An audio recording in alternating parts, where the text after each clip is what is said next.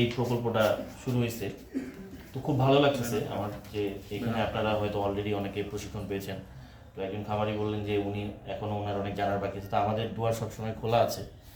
প্রাণী সম্পদ আমরা হচ্ছে সবসময় এই সার্ভিসটাই দিয়ে থাকি। আপনাদের যদি কোনো টেকনিক্যাল নলেজের প্রয়োজন হয় এই বিষয়ে যে আমি এটা আসলে কীভাবে ইয়ে করব, তো খুবই সুন্দর একটা আমাদের বিডি মহোদয় প্রথমে একটা খুব গুরুত্বপূর্ণ কথা বলেছেন, যেটা আমার খুব ভালো লেগেছে। আসলে যে কোনো কাজের শুরুটা যদি খারাপ হয় তাহলে কিন্তু ওখান থেকে আপনার ভালো ফলাফল কখনোই আশা করতে পারেন না। বিশেষ করে আপনি যদি ডেইরি খামার করতে চান, একটা ডেইরি খামার করেন বা একটা আপনি যদি ধরেন আপনি একটা গরুই পালন করবেন, মানে আপনার উদ্দেশ্য হচ্ছে দুধ উৎপাদন করবেন এবং দুধ বিক্রি করে আপনি আপনার যে জীবিকা নির্বাহ করবেন, এটা যদি আপনার উদ্দেশ্য হয় তাহলে প্রথমেই আপনাকে মাথায় রাখতে হবে যে একটা ভালো জাতের বকনা সিলেকশন করা।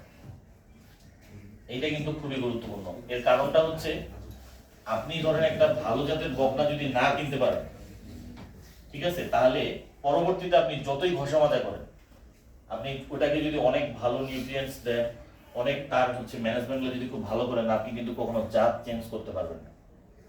ওর যদি উৎপাদন ক্ষমতা সর্বোচ্চ 2 লিটার 3 লিটার হয়, আপনি কখনো এটা 10 লিটার করতে পারবেন না।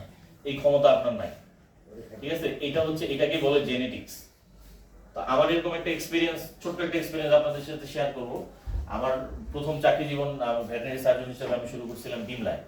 তো ওখানে আমার এই সমবায় এই কার্যক্রমটা ছিল, মানে আপনাদের যে সমবায়ের মাধ্যমে যে ঋণ দিয়ে যে গাভী পালন করা, ওই জায়গায় আমার একটা এক্সপিরিয়েন্স হয়েছিল। ওই এক্সপিরিয়েন্সটা আমি আপনাদের শেয়ার করবো, আপনাদের জন্য কিছুটা লার্নিং হিসেবে কাজ করবে।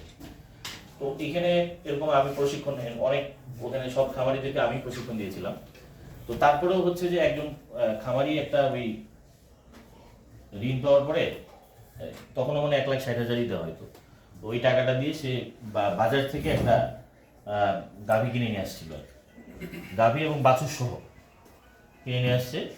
তো আনার পরে হচ্ছে উনি প্রায় 2-3 মাস পরে আমার অফিসে এসে বলতেছে যে স্যার, আমি তো একটা খুব বড় সড়ো একটা গরু কিনে নিয়ে আসছি, অনেক সুন্দর, অনেক ভালো একটা গরু, কিন্তু এটা দুধ তো 2 লিটারের বেশি হয় না, ঠিক আছে।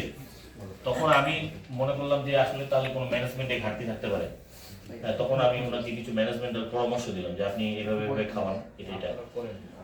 তো তারপরে আরো 10-15 দিন পরে আসলে স্যার কোনো ইমপ্রুভমেন্ট দেখি না। পরে আমি বললাম চলেন আপনার বাসায় যাই। তো ওনার বাসায় আমি গিয়ে দেখলাম যে উনি হচ্ছে একটা রেড চিটাগাং জাতের, আমাদের একটা দেশি জাত আছে রেড চিটাগাং, ঠিক আছে, খুবই সুন্দর গরুটা। মানে মোটামুটি ওটার ওজনও অনেক, দেখতেও অনেক সুন্দর, কিন্তু ওইটা আমাদের দেশি একটা জাত রেড চিটাগাং। ওইটার দুধ উৎপাদন ক্ষমতা সর্বোচ্চ 3 লিটার। আপনি ওকে যদি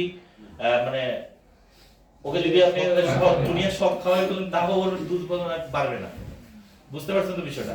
তাহলে উনি যে ভুলটা করছে, যেটা হচ্ছে যে উনি একটা মানে দেশি জাতের গরু কিনে ফেলছে। ওনার যে উদ্দেশ্য ছিল যে উনি হচ্ছে যে একটা ডেইরি করবে, মানে দুধ উৎপাদন অধিক করবে, সেটা কিন্তু ওনার কখনোই সম্ভব হবে না, কারণ উনি জাতটাই সিলেকশনে ভুল করছে। জাত সিলেকশনের ক্ষেত্রে অনেকে অনেক কথা বলবে যে হচ্ছে যে আপনি ওই যে হচ্ছে গলার নিচে এই চামড়াটা একটু পাতলা হবে, শরীরে এই হবে সেই হবে, অনেক কথা বলবে। কিন্তু সবচেয়ে গুরুত্বপূর্ণ কথা হলো, আপনি যখন গরুটা কিনবেন, আপনি চেষ্টা করবেন একটা খামার থেকে কিনে, কখনোই বাজার থেকে কিনবেন না। হ্যাঁ, বাজার থেকে কিনলে হবে কি, বাজারে যে গরুটা বিক্রি করবে সে তো আপনাকে বলবেই যে এটা অনেক ভালো জাতের, তার বিক্রি হওয়ার জন্য সে তো প্রশংসা করবেই। বাজারে তো বেশিরভাগ দালালদের পাল্লায় পড়ে যায়, দালালদের পাল্লায়। কৃষকের গরু তো পাওয়া কঠিন।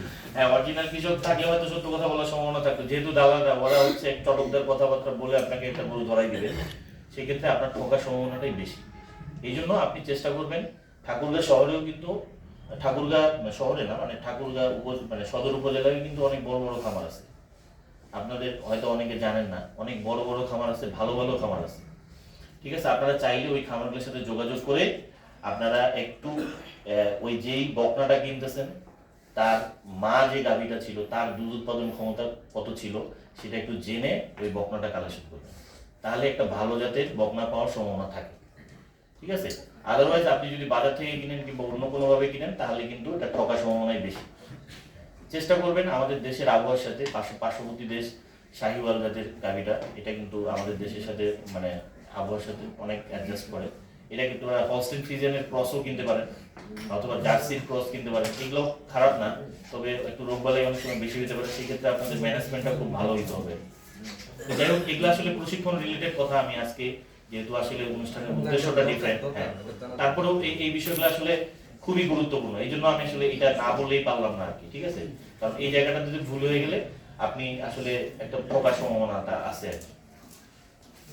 তারপরে আজকে একজন খামারি ভাই বলেছেন যে ডেইরি প্রোডাক্টস নিয়ে, যে আমরা যদি এই লাইভ স্টকের যে দুধটা বিক্রির ক্ষেত্রে অনেক সময় যে সমস্যাগুলো ফেস করি, সেক্ষেত্রে যদি ডেইরি প্রোডাক্টস আমরা করতে পারি, সেই ধরনের যদি ট্রেনিং এর অ্যারেঞ্জমেন্ট থেকে, আমি জানি না এই প্রকল্প থেকে আছে কিনা, যদি ভবিষ্যতে ওনারা আবার অবশ্যই আমার মনে হয় এই বিষয়গুলো চিন্তা করবে যে এই ধরনের প্রশিক্ষণের ব্যবস্থা থাকাটা অবশ্যই ভালো, তাহলে ওনারা ডাইভার্সিফাইড প্রোডাক্ট তৈরি করে বাজারে বিক্রি করতে পারে। তবে এই ক্ষেত্রে আমার একটা অবজারভেশন আছে, সেটা হচ্ছে যে আমরা কিন্তু পৃথিবীর এমন একটা জাতি, ঠিক আছে, যে দুধ খাওয়ার দিক থেকে সবচেয়ে পিছায় আছে, ঠিক আছে?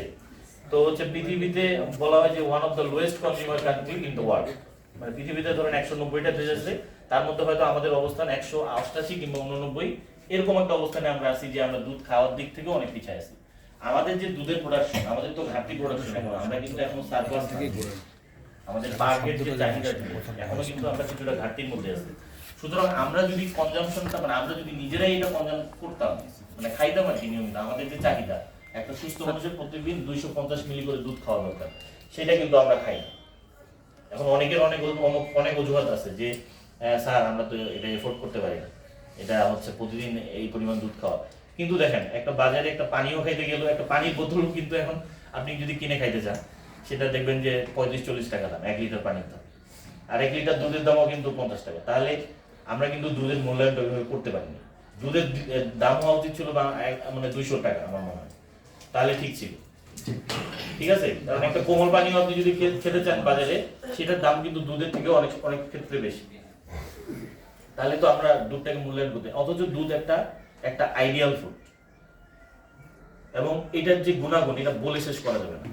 বিশেষ করে আমার যে মা বোনরা আছে, তাদের ক্ষেত্রে যে ক্যালসিয়ামের যে শরীরে ঘাটতিটা হয় প্রেগনেন্সি পিরিয়ডে এবং ল্যাকটেশন পিরিয়ডে, ওই সময়টাতে কিন্তু দুধের একটা অপরিসীম গুরুত্ব আছে। সুতরাং আমরা শুধু দুধ বিক্রি করবো না, আমরা নিজেরাও খাবো, আমাদের পারিবারিক যে পুষ্টি চাহিদাটা মেটাবো, এবং আমরা অন্যদেরকেও দুধ খাইতে উদ্বুদ্ধ করবো। তাহলে কিন্তু আমার লোকালি কিন্তু মার্কেটটা তৈরি হয়ে যায়, দুধের কিন্তু ব্যাপক চাহিদা হয়, তাই না? আমরা যদি সবাই খাইতাম দুধটা ঠিক মতো। তো আমি আর বেশি কথা বাড়াবো না। আমার এই আজকে যে এই প্রোগ্রামটা হচ্ছে, এবং সমবায় দপ্তরের যে সমবায় অধিদপ্তরের যে কাজটা করছে, এটার মাধ্যমে কিন্তু আমার এমপ্লয়মেন্ট জেনারেশনে একটা ব্যাপক ভূমিকা রাখবে বলে আমার মানে, এটা কিন্তু একটা ব্যাপক ইম্প্যাক্ট আছে, ঠিক আছে? আপনারা হচ্ছে যে অনেকেই হচ্ছে চাকরি পাচ্ছেন না, কিংবা এটা কিন্তু আপনার বেকারত্ব দূরকরণের একটা হাতিয়ার হইতে পারে, ঠিক আছে? তো আমি আর পরবর্তীতে লাস্ট একটা কথা হচ্ছে যে আমার দপ্তরের পক্ষ থেকে সর্বোচ্চ সহযোগিতা থাকবে। আপনারা আমাদের যে ফিল্ডে যারা কর্মী আছে তাদের সাথে যোগাযোগ করবেন, আমাদের অফিসে আসবেন, যে কোনো সহযোগিতা আপনার যেটা প্রয়োজন আপনি আসবেন, সবসময় আসলেই কোনো না কোনো সুযোগ সুবিধা আপনি অবশ্যই পাবেন। তো আমার বক্তব্য দীর্ঘায়িত না করে আমার বক্তব্য এখানে শেষ করছি। ধন্যবাদ সবাইকে।